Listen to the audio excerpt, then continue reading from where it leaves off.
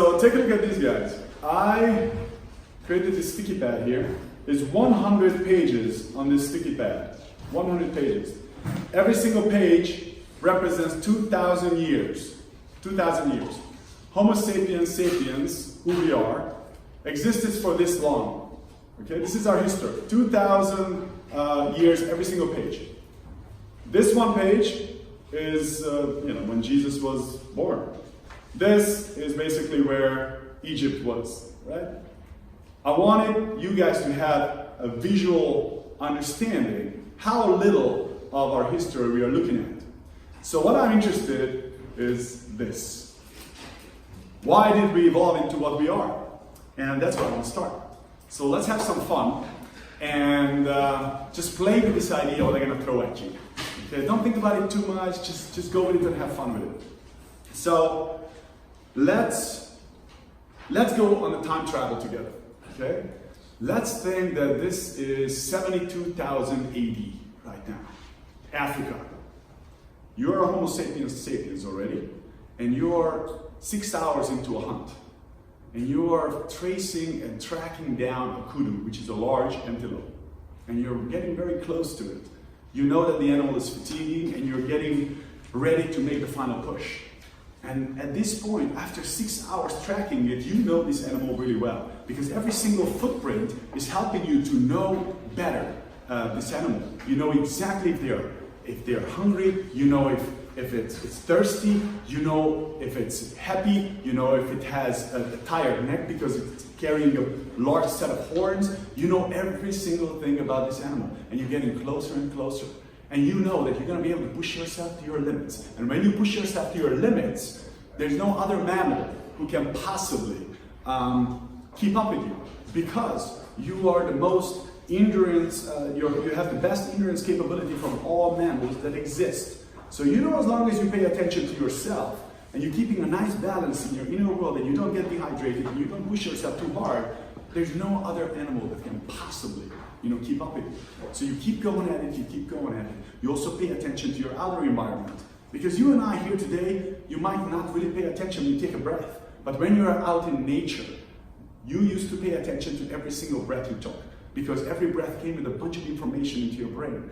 You knew that if there was any other animals around, you were listening continuously for every single bird alarm. You were aware because you knew where the animal you were hunting was because of the bird alarm also, and also you knew if there was other predators around. So you were tracking, you're getting closer and closer and closer, and with your sheer physical endurance, you were able to exhaust this animal to the point where its heart gave up. And that's how you hunted back then, because you had no tools yet that you took with you on the hunt. So you had your body, that's it, and that's all. And you developed this so-called persistent hunting. Persistent hunting.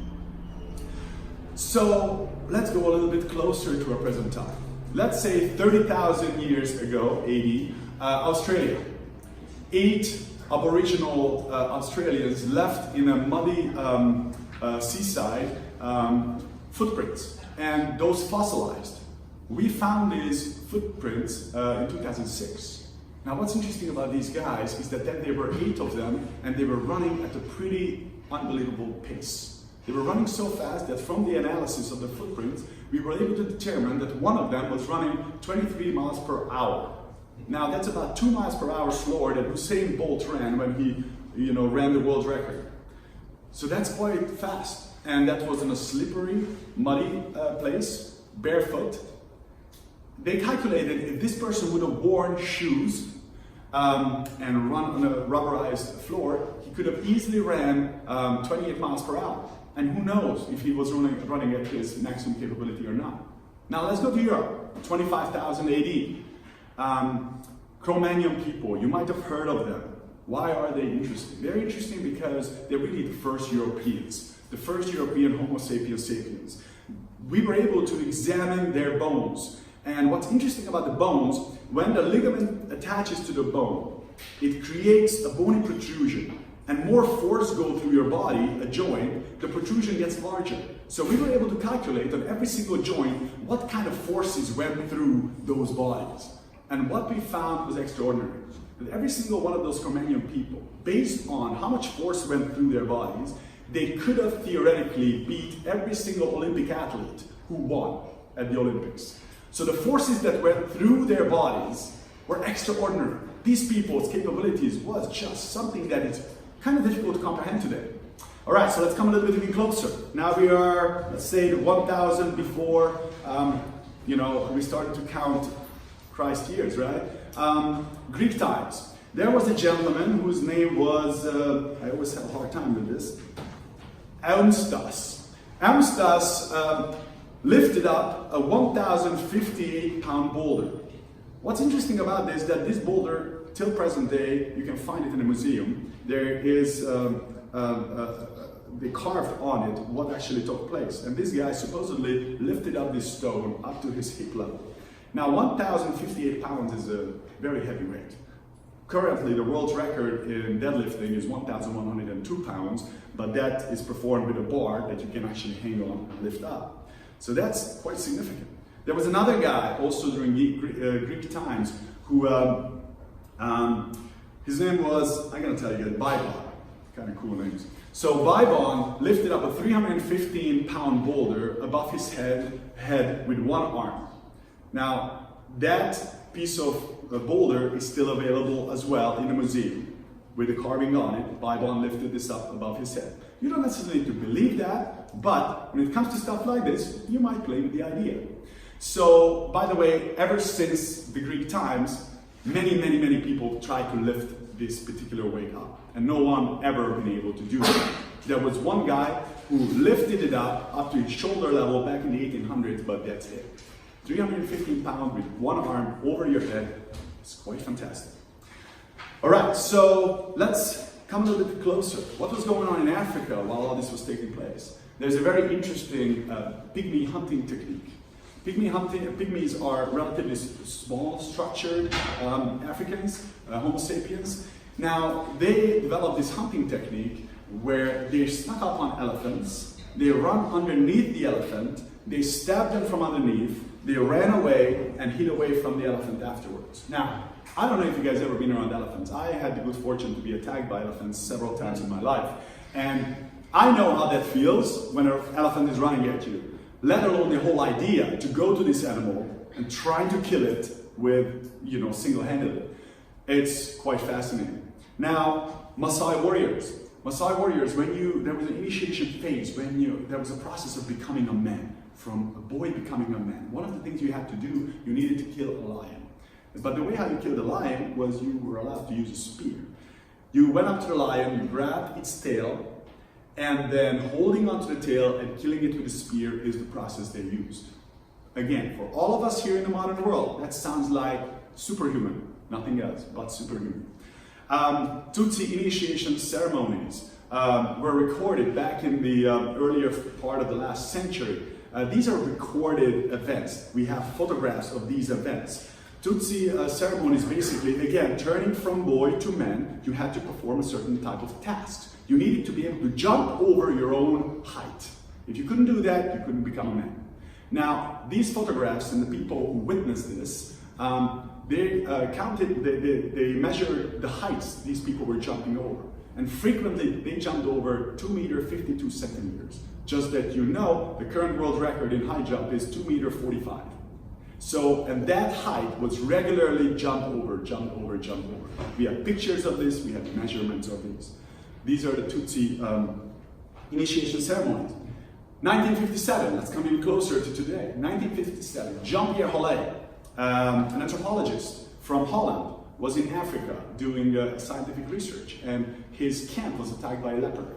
Jean-Pierre Hollet ran at the leopard and single-handedly was able to hold off the leopard by using his fist and using his leg, boxing and kicking the leopard away. He couldn't kill the leopard until someone tossed a knife to him. Now, Jean-Pierre Hollet was a huge guy, 6'6", 257 pounds, but he only had one arm. So, needless to say, he was able to kill the leopard with one knife on his own. He didn't come away without scratches, but it's still quite unbelievable. Now, there are some monks in Japan who are currently still doing the following processes as part of their meditation process. that they are running monks. They are basically able to, they have a 7-year procedure. At the beginning of this 7 year, they start with an easy 19-mile run every day for 100 days in a row. 19 miles, that's 30 kilometers. Now they gradually work themselves up that the last year they run a double marathon every single day for 200 days in a row. Okay? 200 days in a row. Unbelievable, unbelievable. I had the good fortune to be involved with, through one of my clients, with some guys who managed to run 160 marathons in 111 days through the Sahara Desert. Okay? Again, some people who can really do some wild stuff. Now, let's just focus on the physicality, right? Because physicality is one thing. Let's look at the human brain. So, memorizing capability, something that, you know, it's very specific for human beings. We can really memorize a lot of different kinds of stuff. So, let's look at the modern memorization. Rappers are actually, interestingly enough, are the folks who are forced to memorize a lot of lyrics. Rap doesn't really work unless it's specific and it's very precise. So 50 Cent is one of the rappers who wrote many songs. He actually wrote about 100 songs. Each of his rap songs contain about 60 lines of lyrics. That comes out to be about 6,000 lines, which is quite a bit to memorize, right? Now, but let's go back a little bit further. So linguists were able to record the voices and the songs of oral traditions from the Slavic Goslar tradition. There was a gentleman whose name was Melodovich, who in the early 1900s, they recorded his songs. Now they recorded 350,000 plus lines of his songs that he was able to keep repeating. And they recorded him doing this. He was also able to sing back a song sang by another Goslar, who he didn't know previously, and he was able to sing back that song after listening to it once. The song contained 2,274 lines. He was able to sing that back after one hearing. Now, interestingly enough, he was illiterate. Now, but if you just go back a little bit further, think about this. We all study, you know, Homer, Iliad, Odyssey, right? We all know about this. Everyone learns it. Never really think about anyone that, okay, so back then people didn't write down the things, the poems, the stories, right? So just for the Iliad and the Odyssey, Homer had to memorize 27,000 plus lines. So it's extraordinary what we can memorize with our brains. Why is this relevant to us? Why am I telling you this? It's because 1% of the human genome to change takes 100,000 years. That means the genes that you possess inside of yourself today has the same capabilities. What you have here, right now in your body, has the same capabilities. Well, you can say that, yeah, well, I could never lift up 1,058-pound boulder. Yeah, that doesn't matter. But you could do the half of it. Genetically, we're not that different. They examined the two most different human beings today who exist. And what they realized that the genetic difference between the most different human beings today is not nearly as much as just within one chimpanzee group, the genetic diversity. So we are so much the same, guys. There's no real difference genetically between you or an aboriginal or whoever. So whatever is inside of you, it's unbelievable. So there are some major capabilities. Now, I don't like theories. I never did. I've been having the good fortune to coach for 30 years pretty soon, folks on all different levels. And I never was about theoretical ideas. I was always about, okay, so if something is a possibility, let's see what I can do with it myself. I didn't want to just preach, I wanted to practice. So these ideas, what allowed me to do is break away from limitations that I had, because I was aware of these things. So this is how I managed to be able to work myself up to be able to squat with 405 pounds 90 times with only 2 minutes break in between the 3 sets. I was able to run, and I'm still doing that, running marathons barefoot every week for months at a time. So I was able to win BMX competitions, discus throwing competitions, all that kind of stuff. I was able to learn plays, just literally reading one play at a time once, and I was able to learn my lines and perform them off Broadway and so on. So the reason I'm saying this is not bragging. I'm saying this because this is not theory. This is possible to do. I experienced it first time. Through my clients, I also do the same thing. I always set out the highest expectations towards my clients, because what can happen is magical. Not so long ago, a young businessman who was 26 walked into my office and he told me that he needs to get into shape. Now, he was 330 pounds. This gentleman was 5'8", quite a large man. He wasn't very kind, he wasn't very cozy, but his mentor told him that, hey, listen, no one ever became super successful without being in some sort of decent shape. That was his motivation. He tried everything previously during his young adult life to lose the weight, but he wasn't really motivated, never really got rolling with it. But that somehow his mentor was able to hit a nerve in him. So what he did, he came down and he said, yeah, I need to get into better shape. Now, throughout my past 30 years, analyzing, assessing thousands of people, all shapes and sizes, there was something that I realized what's going on in our modern world. We all focusing and specializing. We are specializing. Heart surgeons specialize on a particular thing. We learn more and more and more about less and less and less aspect of life itself. So much so that most people feel insecure about their own interests. They have a career, they have one thing they do, and they are almost scared to tell about any of their other interests to anyone else. And that's exactly what happens to most folks. Everyone is scared to express their interest towards many different directions. But that's very abnormal for us as human beings. Right up until recent times, the idea of the Renaissance men is what was appreciated amongst everyone. Leonardo da Vinci, who was an extraordinary inventor, scientist, painter, sculptor, an amazing specimen who was able to bend metal rods with his bare arms, which that was the only thing that supposedly he was bragging about all the time. Not about his paintings, sculpting, inventions, about that he could bend metal rods. You know, if you think about someone like Einstein, for example, we all know he was an amazing physicist, but many people are not aware that his understandings and research in economics also affected the way how we live today. He was an extraordinary violinist as well. He was holding concerts once in a while. He was that good at violin. Now think about today. If you would want to hire someone for a particular job, you know, would you feel comfortable to go to a place where you want to be a physicist and you tell, yeah, I want to be this physicist. Yeah, I'm also giving violin concerts. What would happen? No one would hire you. They're like, oh yeah, this guy is not able to focus, right? So this is the reason why people like, you know, the movie came out just recently, Bohemian Rhapsody. The lead guitar player, Brian May, who was an extraordinary physicist as a young man. They actually, they wanted to recruit him to some of the cutting edge places, universities, to become a major physicist. And he felt like he needed to turn that down because he loved music so much, and he became super successful in music. But maybe he could have done it all. He could have done it all. Now, what happened to the young man? After a couple of years, the young man was able to lose 175 pounds. He was able to change the way how he thinks. He became a Tai Chi master. He met a love of his life and became his wife. Had 2 kids, and on the sideline, even though he was already making at age 26 so much money that most of us could never even dream of, he made 10 times the amount of money he made. And what did he do? He, instead of just focusing on work, he split his attention and he allowed himself to start to behave like a human being wired to behave. So that's what happened to him. Now, all this sounds maybe crazy, but in the last 30 years, this is what I realized.